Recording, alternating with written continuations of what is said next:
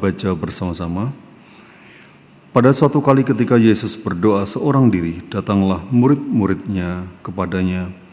Lalu ia bertanya kepada mereka, kata orang banyak, siapakah aku ini?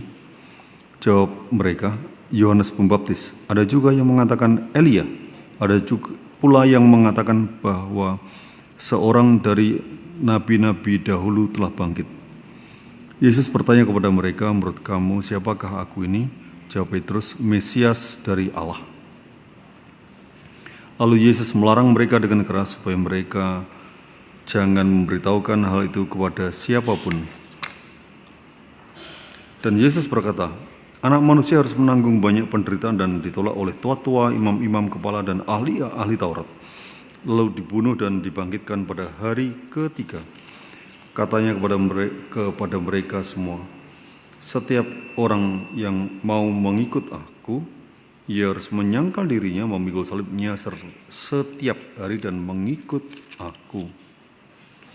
Karena barang siapa menyelamatkan nyawanya, ia akan kehilangan nyawanya. Tetapi barang siapa kehilangan nyawanya karena aku, ia akan menyelamatkannya. Apa gunanya seorang memperoleh seluruh dunia, tetapi ia membinasakan atau merugikan dirinya sendiri? Sebab barang siapa malu karena aku dan karena perkataanku, Anak manusia juga akan malu karena orang itu. Apabila ia datang kelak dalam kemuliaannya dan dalam kemuliaan Bapa dan malaikat-malaikat kudus. Aku berkata kepadamu, sesungguhnya di antara orang yang hadir di sini, ada yang tidak akan mati sebelum mereka melihat kerajaan Allah. Kita berdoa, meminta inspirasi. Kita berdoa. Yesus, tolonglah kami Bapa. Tolonglah kami semua, seluruh jemaat, baik yang di pusat maupun yang di cabang-cabang maupun yang di rumah-rumah Bapa. Tolong Bapa, hanya karena kasih anugerah-Mu dalam inspirasi Roh Kudus saja Bapa.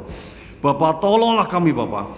Kami bersandar pada Roh Kudus yang memberikan hikmat firman, kuasa firman, pengetahuan firman, inspirasi kepada kami Bapa. Bapa, tolonglah kami Bapa. Roh jiwa kami tidak bisa menerima firman-Mu tanpa Roh Kudus Bapa. Hanya karena pertolongan Roh Kudus, hanya karena turut pekerjaan Roh Kudus saja Bapa.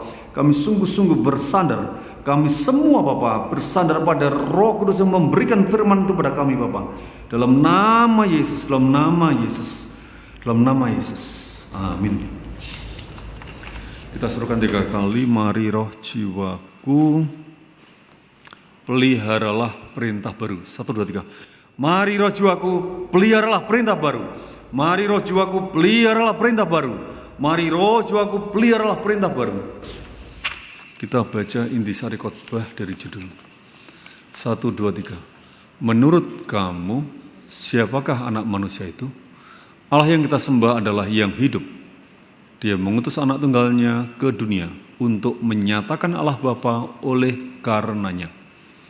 Dunia tidak mengenal dia, tetapi mereka yang percaya Yesus sebagai Kristus dan anak Allah yang hidup, matanya terbuka akan Alkitab dan melihat jalan itu dengan jelas. Apabila tidak demikian, dengan mata penuh kebimbangan, tidak dapat menyadari tentang dia yang dikatakan Alkitab. Di dunia ini ada 2 macam hikmat, yaitu yang percaya Yesus sebagai Kristus dengan menyerahkan nyawa. Di samping itu, ada yang menggugat Yesus hanya sebagai nabi. Yesus adalah Kristus. Mereka yang percaya Yesus sebagai Kristus saja taat dan dibaptis dalam nama Allah. Jika tidak demikian, tidak mungkin dibaptis. Mereka yang dibaptis bersama Yesus adalah ahli waris bersama Dia. Orang-orang yang menerima penderitaan dengan senang hati bersama Yesus. Roh Kudus memeteraikan mereka yang telah dibaptis. Apabila tidak percaya Yesus sebagai Kristus, kita tidak dapat diselamatkan. Oleh sebab itu, baptisan adalah pengalaman yang mengakui hal itu. Kita percaya Yesus sebagai Kristus supaya kita menerima kasih karunia oleh pengorbanannya. Apabila tidak menerima kasih karunia, tidak ada keselamatan. Kita bukanlah orang yang beragama. Kita percaya Yesus dan menerima kasih karunia untuk hidup kita sendiri. Marilah kita mengenal Yesus. Kita harus percaya Dia adalah anak Allah, lalu harus masuk di dalam Dia. Amin. Allah yang kita sembah